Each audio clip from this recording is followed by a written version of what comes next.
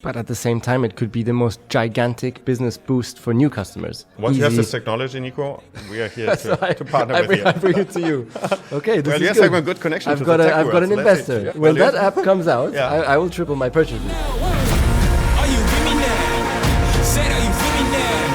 They felt this good in a while. They want us to simmer down. Can you hear me now? Am I going in and out? I stop and just look around to see if you're with me now.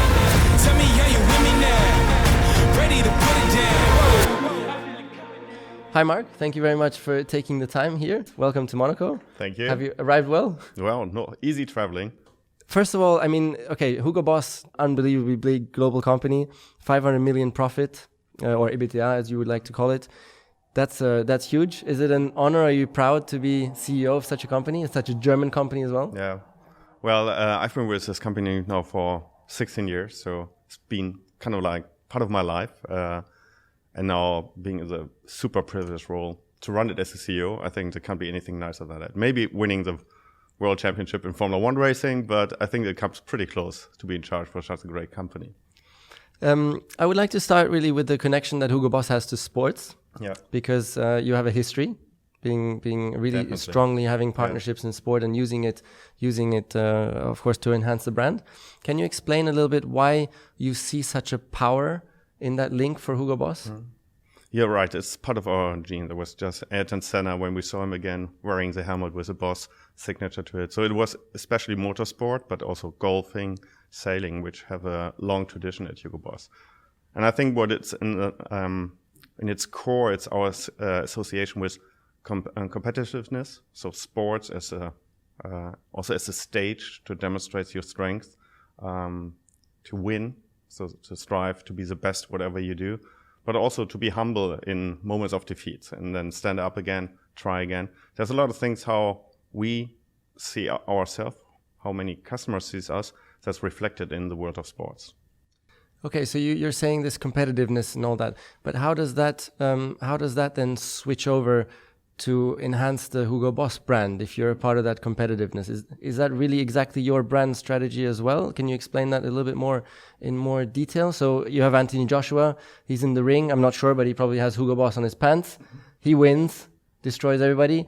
How is the transfer then done to the Hugo Boss brand? Well, people tell story. So your story from other heroes in sports like Ayrton Senna is what people love, that they want to associate with. And then brands that have a credible association with these sports heroes clearly resonate beyond that. But I think it's also shared values. It's a level to be fair to your competition, to work hard for your success, celebrate in style. So these are all elements that we recognize in the field of sports. And that's why I think Boss is such a strong partner in many global sports events. I would like to go a little bit more deeper into the Anthony Joshua partnership. Yeah. Anthony Joshua being one of the greatest sportsmen of our time and certainly the greatest boxer of our time. Definitely. Can you explain a little bit more as well? How have you seen a real transfer and a real enhancement in sales as a result of this partnership? Is there particular examples where you see maybe groups of people, especially because I mean, UK, the whole country is behind him. Yes. Do you then see after a box fight in the 2 weeks afterwards that Hugo Boss sales go through the roof? Or is there really certain, like very concrete, you're a Mr. Analysis. Yes. I've heard rumors you're like an extremely analytical person, really, really highly intelligent in that sense. You don't have to confirm. I can say that. So Thanks for I'm sure you love diving into these kind of analytics.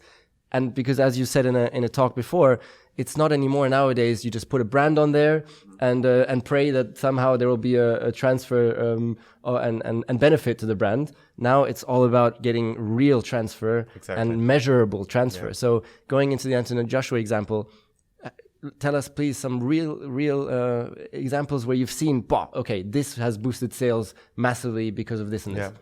Well, we do. We built specific collections around sports heroes. We did this in sporting with Martin Keimer, in golfing.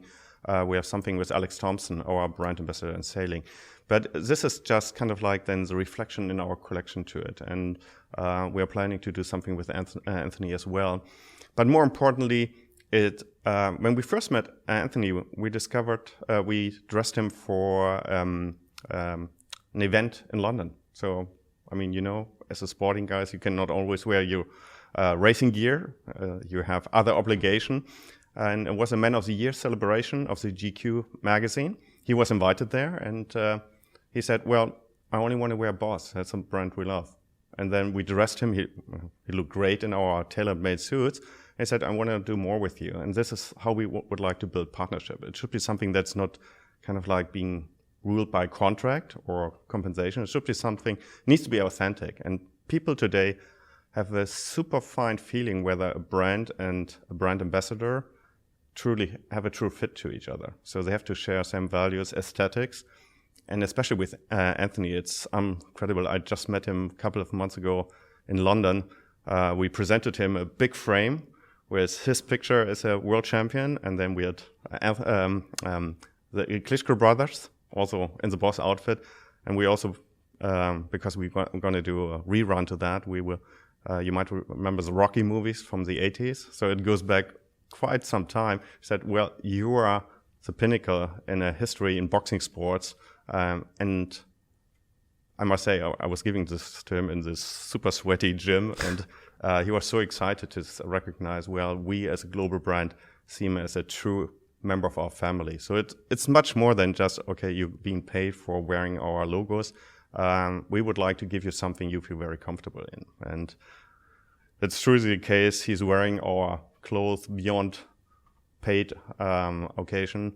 And that's what we like about him. He truly has an emotional connection to our brand. You touched on Rocky. Yeah. So it's funny you say that, because Rocky, on my way to the World Championship, it was the one movie that I kept on watching. I kept on watching over like many other people. Every 2 weeks. I mean, this so motivating. Yeah, it's especially people in competitive environments. So it could be motor racing, but could be tennis and others. I mean, you know even better than I do. There are moments of frustration where you have to get up at 5 o'clock in the morning, all the workouts, all the hard work. And I think this movie exactly captures this spirit. Okay, you might fall down, but you have to stand up again and again to pursue your dreams. And I mean, it was just a coincidence that we were able to dress Rocky. It was one of the earliest product placements in a movie, but it was a perfect match, and it still resonates today. I wasn't aware of that. So Rocky was in Hugo Boss. Yeah, he was wearing on, as we was preparing for the fight, you remember where he was doing all this funny stuff to, it was one of the earliest product placements in the 80s. He was wearing a big Boss sweatshirt. And we will have now a retro capsule coming up this year that looks exactly, this was, I was giving to Anthony, was a kind of like a pre-series to it. And to the original that Rocky was wearing. So okay, wow, sorry, cool. I missed that. Okay. No, oh, that's cool. Yeah. Wow, amazing. Just to go back again to my question, when Anthony has the fight, do you see a huge ramp up in sales for Hugo Boss afterwards, or is it never that obvious and that clear? We see peaks in social media. That's the media. Today, we are more following social media activation. So do people engage with that? Because we know if it's the right level of engagement, financial success will follow. So there are now better ways to measure than just revenues and traffic numbers to our stores. But we have done a couple of events with them in our Regent Street store. Everything in New York City right now around Madison Square Garden, you see big billboards with the Boss logo. So we're clearly capturing that. But I tell you, whether it's X or Y% increase in sales, if it's bigger, it's better, clearly. But we think that's something like a long-term partnership that will pay out immediately. But it's also something, as I said earlier, we want our partners to feel comfortable in the association. They shouldn't be seen kind of like a walking billboard to us. They should feel authentic in our clothes. Yeah, of course. No, but that comes across as well, as you were saying now. I would like to move on to the Motorsports, which as well has an unbelievable history for Hugo Boss. Yeah. You had, 40 years in Formula One or 30 years, and it was all 38. With McLaren? Yeah. All with McLaren, is that right? Well, it was all the way, we were recognized, I think, after 30 or 35 years as the single longest partnership in motorsport. And I think we have been with McLaren in very successful times, but also in difficult times. We then decided to move on to Mercedes.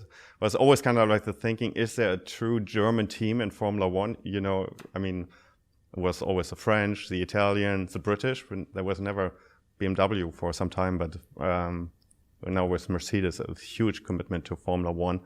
And you were a part of that. So we said, okay, well, there's a German team.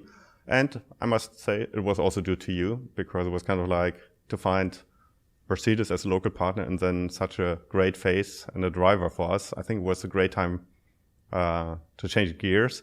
And I mean, ultimately, we celebrated the ultimate success with you becoming world champion. So you said like, okay, that guy is definitely going to be world champion. We have to jump on the wagon there.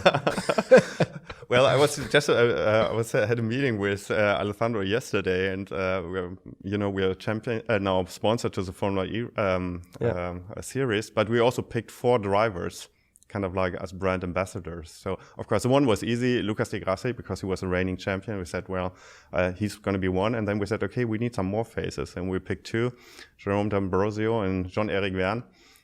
Well, and he also, as you know, became world champion last year. So I was telling to Alessandro, well, you should ask us who's going to be the next champion. And Ambrosio has been leading the championship. That's the third guy until the last race. I so thought I let's had see a perfect track record until the Paris race, but I met Jerome yesterday night, and I think he is very eager and committed. But what I also like about Formula E, it's much less predictable. Yeah. And I think that's what people love about sport or expect from sport. There must be some level also of unpredictability to it to make it really interesting. Back to the history of F1, just a little touch there. We just had these huge viral tributes to Ayrton Senna. Yeah, I saw that. And one of the most obvious things there is your presence on Ayrton Senna's helmet. Is there any like company myths or legends that are talked about within Hugo Boss about those days? So you were one of the big sponsors of the McLaren team in 1988 as well, which is possibly the most historic year for Formula One in that battle, Senna against Prost. Is there some one story that you can share on that? It's interesting because the people who are now at Hugo Boss, I would say 95-97% were not with Hugo Boss at this time. But there's you have been to our headquarters, and we have a big modern campus, but there's one building that's slightly older. It was a former headquarter building to it. And at the wall in the entrance, we still have an original Ayrton Senna racing car. So we have been offered millions now. You have to sell it. And I said, we're never going to sell it, because every day hundreds of people are passing through. They see this McLaren racing car from the 80s, and you see it's a used one. You see Ayrton Senna on the side. It's always good to know where you come from, and I think it's a very strong reminder. So I see it as something that just for the next generation tells them where we're coming from. There's a very proud history to it, but you need to know to find the next great thing for what we are proud 20, 25 years from now. May I ask you then your switch? So we became world champions together, 2016. I remember very well. Thank you for the support on that. And then you decided to shock the industry, shock everybody, and make the cut from Formula One to Formula E. Can you explain, please?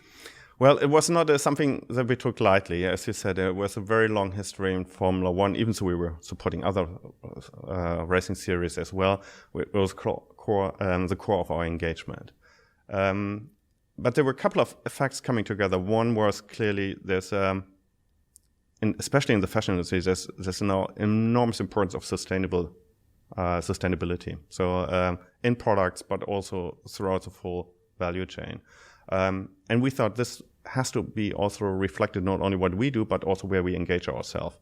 And then I had a chance to meet Alessandro. He was in Germany for some other meetings, and our head of sports sponsorship said, you have to meet this guy. He's very visionary. There's something interesting coming. And we met for half a day, and I was deeply impressed by his vision. And we said, okay, we do our homework. We go into more detail. And so it was, as I believe, the switch from traditional combustion engine to electrical powered vehicles is coming. If you go to Shanghai, if you go to LA, it's going to be the future. And what I like most, which basically gave the final decision to me, it's a far more innovative racing series. It's far more accessible. It's super modern, very open-minded when it comes to capturing a younger audience in terms of social media. And clearly the killer argument is the race is not happening in somewhere where the fuck is Austin, but it's happening in New York. So it's truly happening where people want to see the sport. And I think that's also one of the factors why it's growing so much. And maybe last argument to that, joining as an early supporter. We're not there from day one, I have to admit. We're only here in the sports for 2 years. But we take a much more central and visible role than the huge, gigantic circus of Formula One. So I think we can add something to the party here as well in Formula E. Just that I throw in, personally, and I'm sure you as well, I really love Formula One as well as Formula E at the moment. So I'm really neutral on both. And how is Formula E now worked for you? How have you used it as a brand lately in more concrete terms? Well, again, it's about faces, as I said. We have used the drivers. We support Lucas Di Grassi, Jean-Eric Verne, and the others. But we use it predominantly now to show our brand in Rome, in Paris, in Hong Kong, to a regional audience. So it's something to invite customers to show our competencies. I think this has been very strong. We will develop further. We announced a partnership with Porsche. We will be then also a team sponsor again with Porsche in Formula E and other motorsports that they do. So it's also something, if you want to associate with the sport and people love, of course, I mean, Porsche is maybe the brand when it comes to competitive motorsport. I think we also found the right partners. Oh no, it's a fascinating time for Formula E with Porsche coming in, Mercedes, BMW, Audi. I think in the history of German racing, it's never happened that the four luxury companies race each other, and nobody can afford to come second. No, it would be a disaster because it's one of their most important marketing opportunities for their electric future. Which, as we know, is the whole company. I know. Wow, so you don't want to be motorsport boss now. This is huge. This is huge. So I would like to go further now on. As well as we see in mobility, where we're disruption, it's going from combustion to electric. So many industries around the world seem to be at the same time in a huge disruption in different forms, which is unbelievable actually and crazy. So in fashion, you have this incredible disruption where it's going from physical retail shop buying to buying online, which is in other words called digitalization. But I think in more concrete terms, it means just buying online and getting sent your clothes. At the moment, you have 4% of your revenues digitally, and you want to multiply by 4 in a couple of years' time, which is quite ambitious, I suppose. Can you explain that disruption there and what kind of an incredible risk it is for a company like Hugo Boss, who has, as you say, 96% at the moment in sales in retail? So it's like it's unbelievably dangerous, but at the same time, it's an incredible opportunity to destroy the opposition. Let me talk in racing terms. You wouldn't say that, but to destroy the opposition. So please explain that situation a little bit. Well, it's not our decision or some kind of like magic force that says, okay, buy online. It's just become so convenient, especially for a younger consumer.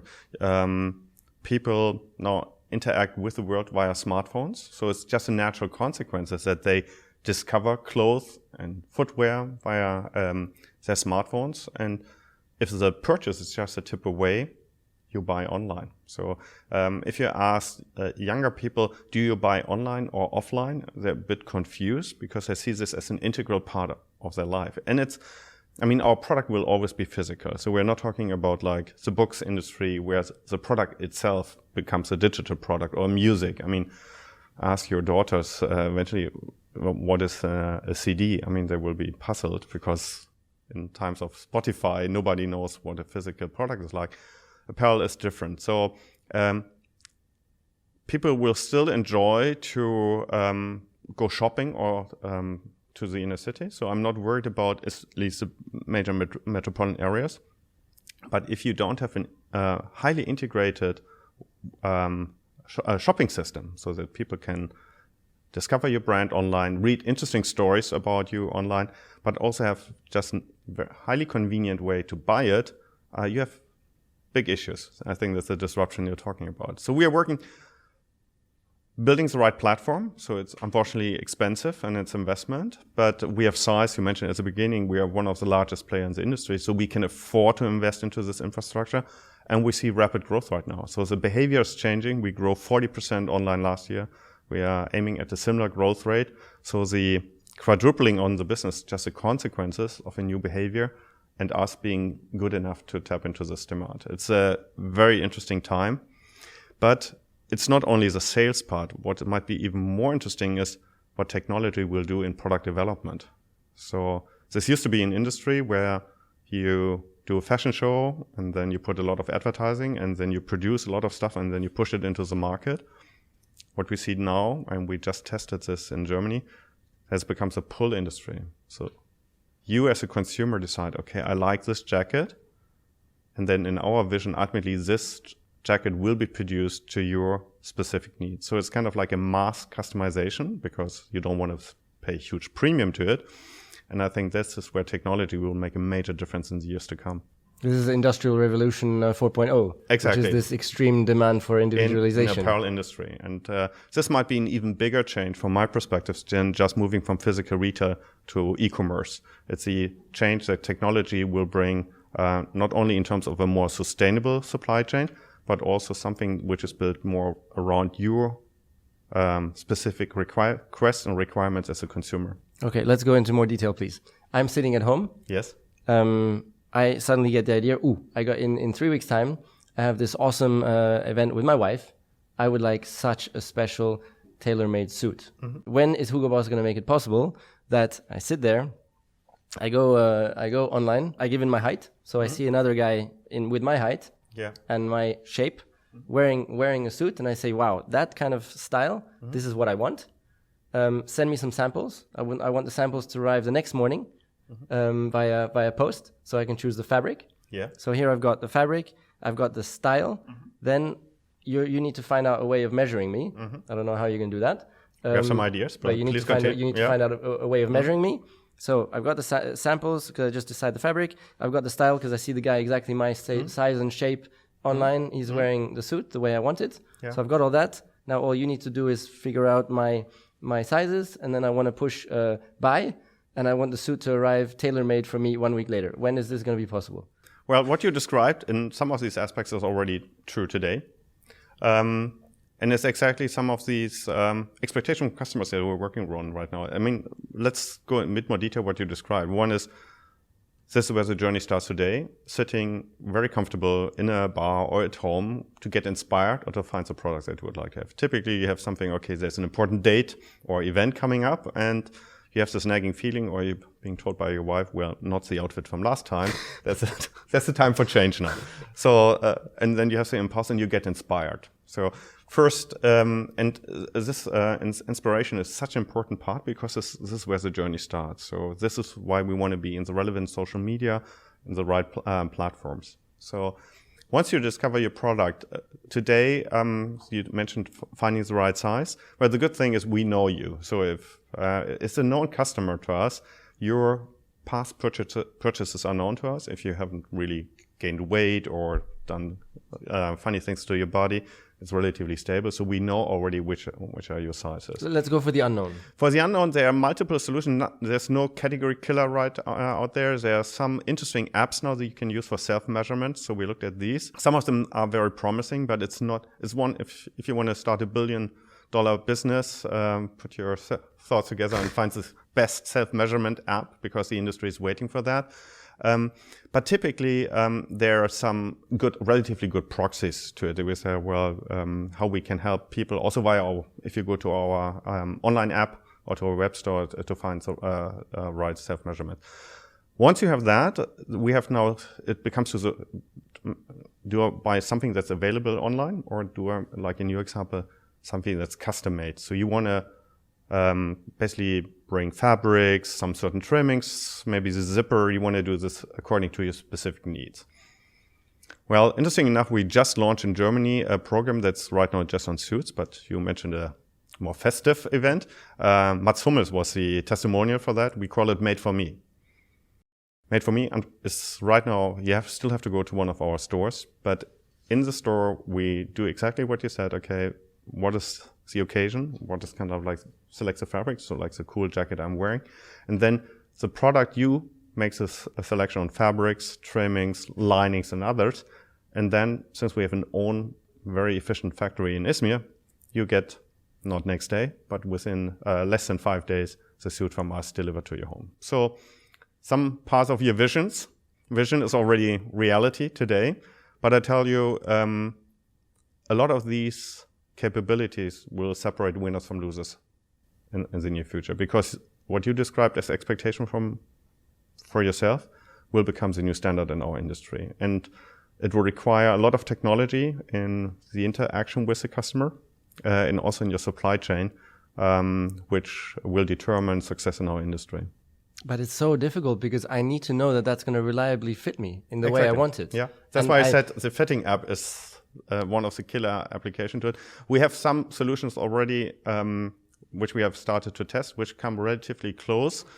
It's especially relevant for new customers. A bulk of our business, that's why the issue is not that pressing at Hugo Boss, is that we have we do a big part of our business with repeat customers. So once we know, okay, your size 46, 48, it's relatively easy. Then the sizing is not the biggest issue. It's rather the customization to give you something inspiring and especially involve you in the configuration of the product. But at the same time, it could be the most gigantic business boost for for pulling in new customers if you create this unbelievably easy. So once you have this technology, Nico, we are here to partner with you. I bring it to you. Okay, this is yes, good. I have a good connection I've to got the tech I've got world, an investor. Yeah. This is good. I've got a VC behind me now. This is very good. Interesting. Yeah. Okay. Actually, I'm going to truly support some of these. I mean, we're working with a lot of startups right now. They say there are now also ideas in 3D printing. You might have heard about it. So fabric is difficult to print. Even there are some ideas, but on others. So since we have such a broad base, we try to support internally and externally these startup ideas. And we are looking at multiple self-measurement and other technology solution to it. And I'm pretty sure there will be one that is exactly delivering the service and the quality that you expect. Where do you think it's going to come from at the moment? If you had to guess, is it going to be China? Or do you think Europe has a chance?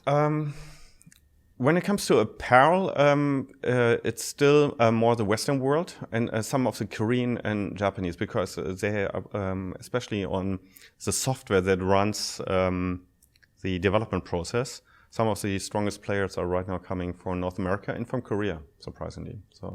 So take a guess, please. When is Hugo Boss going to have this service the one you reliably described, ready to go? I would say in full scope, probably in the next 3 to 5 years. That's soon. Yeah. That's very soon. Yeah. Well, I'm excited. I'll triple my Hugo Boss sales when that app. No, honestly, when that app comes out, I will triple my. It's not sales. Sorry, I will triple my purchases. Sorry, I got you on this one, so that's good. Yeah. Very good. You have been, I mean, first of all, working with some great leaders. So, is there one inspirational leadership style that you have experienced where you said, "Wow, this is seriously like amazing," and you're trying your best now to use it yourself and maybe even develop it further? Is there one example that you could talk about? The previous CEO or another company that you worked for, or even just your leaders on a lower level before or anything? I never had somebody who said, I want to be like him or her. That I said, okay, and I think that's also, as a manager, that would also not be my advice. So sometimes I'm now being asked, being now the leader of Hugo Boss, okay, Mark, what do I have to do to be as successful as you were? And I said, well, that's kind of like the wrong question to ask. I mean, because I have never planned to be here, and we all have to recognize that sometimes it's just also a factor of just being at the right time, at the right place. And you're not going to be happy if this is your pursuit. I think it's more importantly to be honest to yourself, kind of like recognize where you're good at and maybe where you're not good at, and maybe accept something that you will never be. I'm not going to be a world-class piano player, so I have to make my living somewhere else. And then what I did throughout my career is kind of like, I think I was also a good observer. I always wanted to understand why things are sometimes more successful than others. And you're right, I believe a lot of success depends on leadership style from the management team. And this is not only to the managing board, it already starts kind of like with your most junior leader. So if you're promoted first time into the leadership role, I think that's the most difficult promotion you ever get, because you sometimes become then the boss of your former peers. Very difficult sometimes to say, well, to run that. And well, I've been in the industry or in a professional environment. I was working for McKinsey for many years. I was at Procter & Gamble. So I always observed leadership, style, and impact. And I think from that, I try to create my own success formula. And I think there's some elements to it. I think one is you have to build a strong team. Always try to find people who are smarter than yourself and have skills that are complementary to yours. I think that's the base for any success of the company. And the second, I think it's very simple. Also, when you move to the top, treat people like you wanted to be treated when you were a team member. So kind of like in a respectful, also demanding way. You don't want to be taken easy. So people want to give challenging goals. They want to have open feedback, true feedback. They want to understand where they want to be better. But always remember, when you have this situation, how would you expect this to happen if you were sitting on the other side of the table? I think these were kind of like the recurring elements of very successful managers that I observed, and that now I'm trying with some all modesty to apply my own management style. Well, you see that more and more, and nowadays it's the modern leadership style to really care more and more for your team, for your employees below you, which back in the day sometimes was not necessarily the case for great leaders. I think there's a change there, isn't there? Yeah, I think there are probably two reasons for that. I think the reason we all hope for, that we say, well, it's a better leadership style. That's wise. But what we also observe at Hugo Boss, that maybe particularly in the fashion industry, there's now a generation that can't be nationally motivated just by, okay, that's a big money you can get. That you need to offer them more, kind of like explain them the why they do that. So that in a way they're more demanding. It's a scarce resource in some areas because with the demographic changes, also in Germany, they all know they're sought after resources. So you need to offer them more than just a competitive salary. You also need to offer them interesting tasks in a working environment, and also leadership style, what you refer to, that they feel comfortable. But honestly, it's not only for me comfort, it's also world-class performance from the team. So we need to have this, coming back to motorsports or other sports, you need this competitive spirit that second is first loser. So you might never achieve it, but the goal has to be, we strive to be number one. So I'm also sometimes pushy. We say, well, never settle for the status quo. You also have to be demanding, which is maybe not as cozy as some people would like it to be. How do you instill that in your team? How do you convince them, hey, let's push like hell because we need to win this? For me, this is one of the most important selection criteria if I select people for a management position, is this hunger to have an impact. I think the hunger for impact, and say, well, from now on, this is also your company. Well, don't blame anybody else. You have now whatever's your responsibility, and I expect you to do this kind of like it's your own. So you get the mandate. Yeah? I want you to be an entrepreneur within the company. And people say, well, I would rather be told what to do. And honestly, I've other things that I find more interesting to do than I thought this is just what is providing me with my paycheck. Maybe we have some roles for you, but then clearly not where it really matters. So I'm not saying we have more than 16,000 people worldwide, and some people are maybe very happy in a very clear specialist role. We are not pushing everybody for promotion, but where it matters in key functions, we want somebody who is kind of like the Rocky movie we talked about, somebody who is so eager to show everybody that we are the best in what we do. And with these people, you win the war. So you're like that as well? I think I am. Quite a fighter, yeah? Well, maybe not in all fields. I'm not going to battle you on the racetrack, but in the boardroom, I think I'm a pretty good fighter. So if you're such a fighter, how do you at the same time manage to keep a balance in life? Because fighter is often will lead you to being exaggerative, working too many hours, working too hard, pushing people too hard. What do you do, and what have you learned for yourself to keep the balance? Because that can often lead to unhappiness. It doesn't matter how successful you are, how much money you're making as a CEO.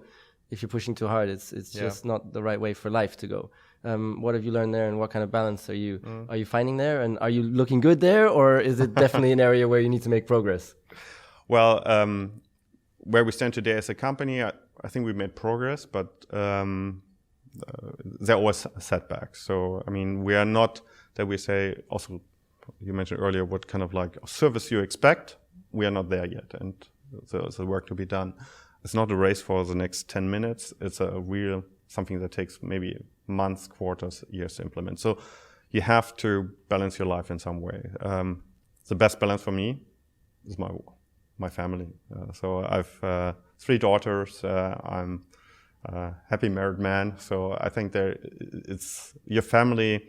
For me, it's kind of like that grounds you. Kind of like if you're then so they're also in the sports. So one is playing soccer on a quite competitive level. So I really enjoy on a Saturday then to be there to see a completely different world than the Hugo Boss world. And I think that it's a good way to balance your life, and also to understand there's more in life than just being a successful CEO or leader to a business. And what's one technique you've done to make sure that you have enough time for the family? Is it, for example, that you switch off your phone Friday at 8 when work is over and only switch it on Monday morning? Or is there one technique, secret advice that you can give to make sure that balance is kept, that you've applied? Yeah, I think there's an aspect of self-discipline to it, which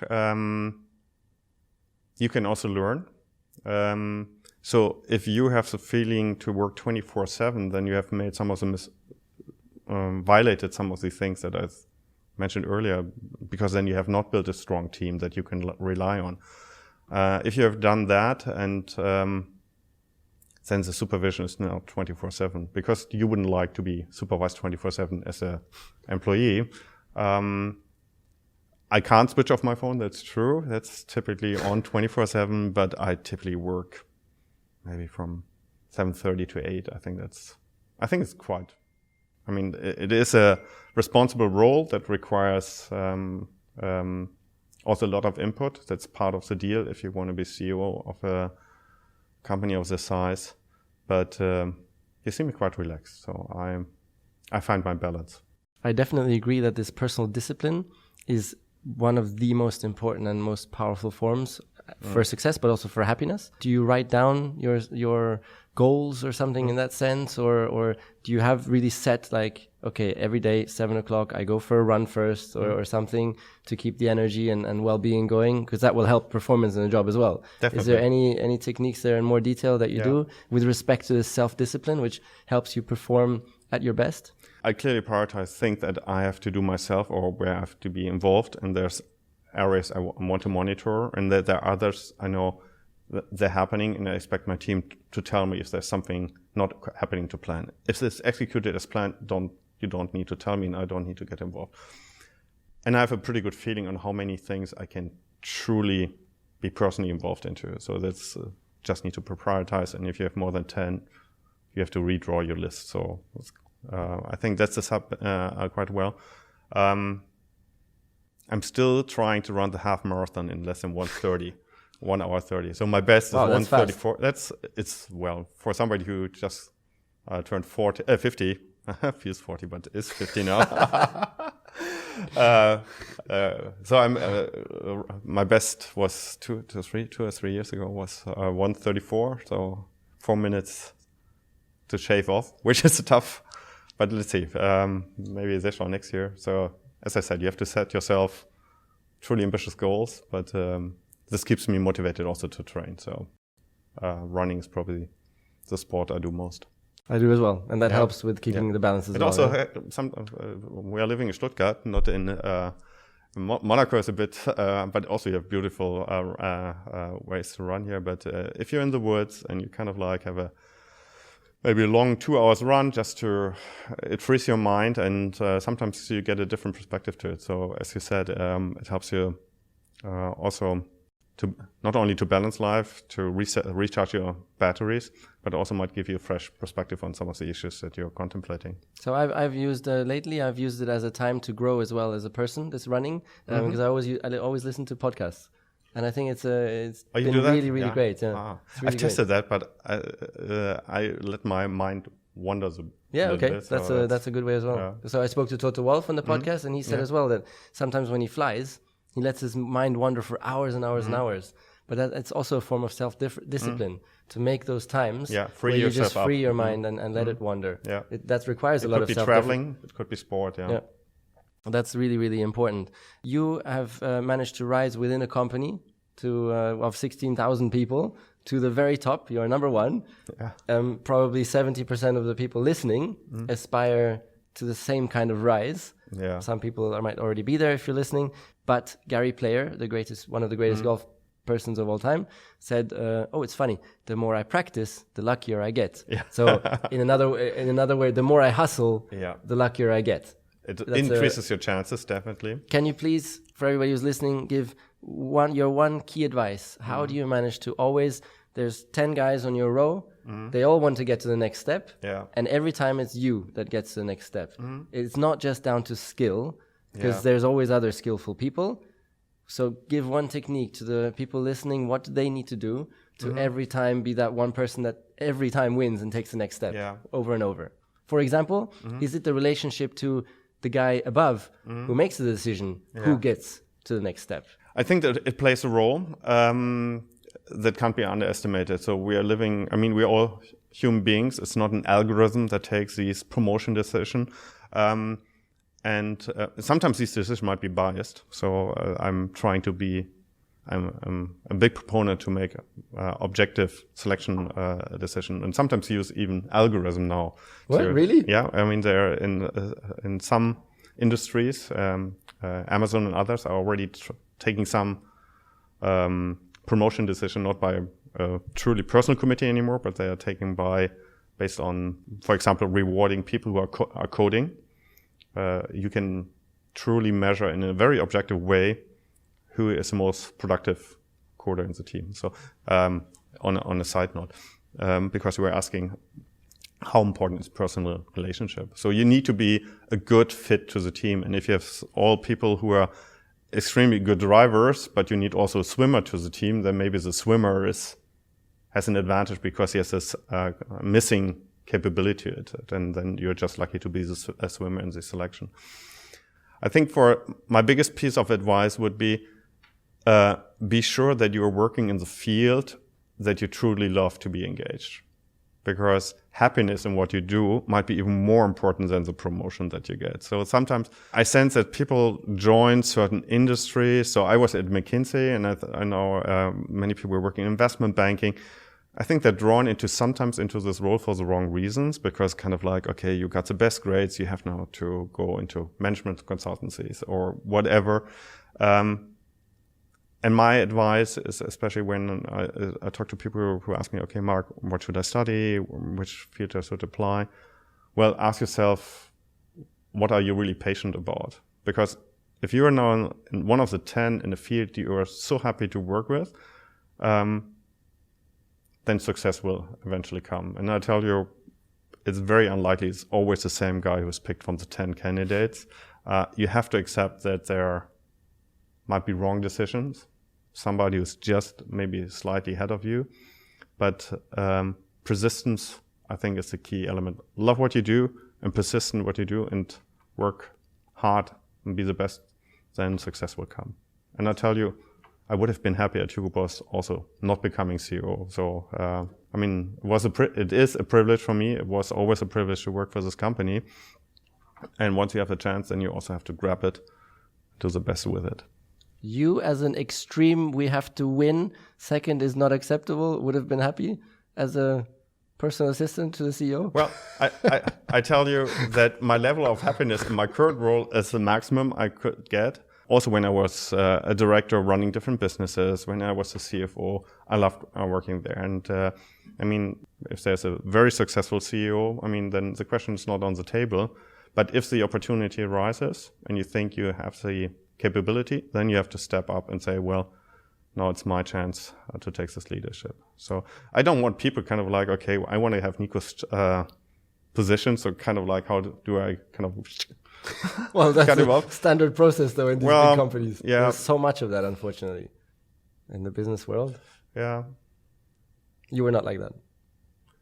I hope not. Other people have to tell me. I always think it's unfortunate that to get to the top, you have to be a lot like that.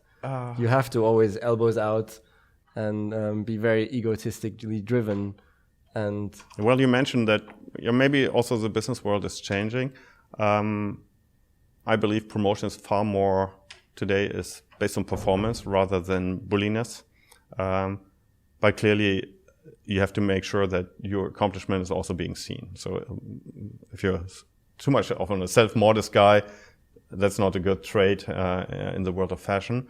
But people who are bragging and basically claim successes that are not theirs, this can backfire also in a very terrible way, especially if you're surrounded by very smart people that recognize this hoax quite easily. So reputation is also something I would consider as very important in many industries, not only ours. Reputation on the personal, personal brand, isn't it? Integrity and the behavior that you described as kind of like the success formula, many people, also a superior, will not perceive as a team player and somebody who has integrity to it.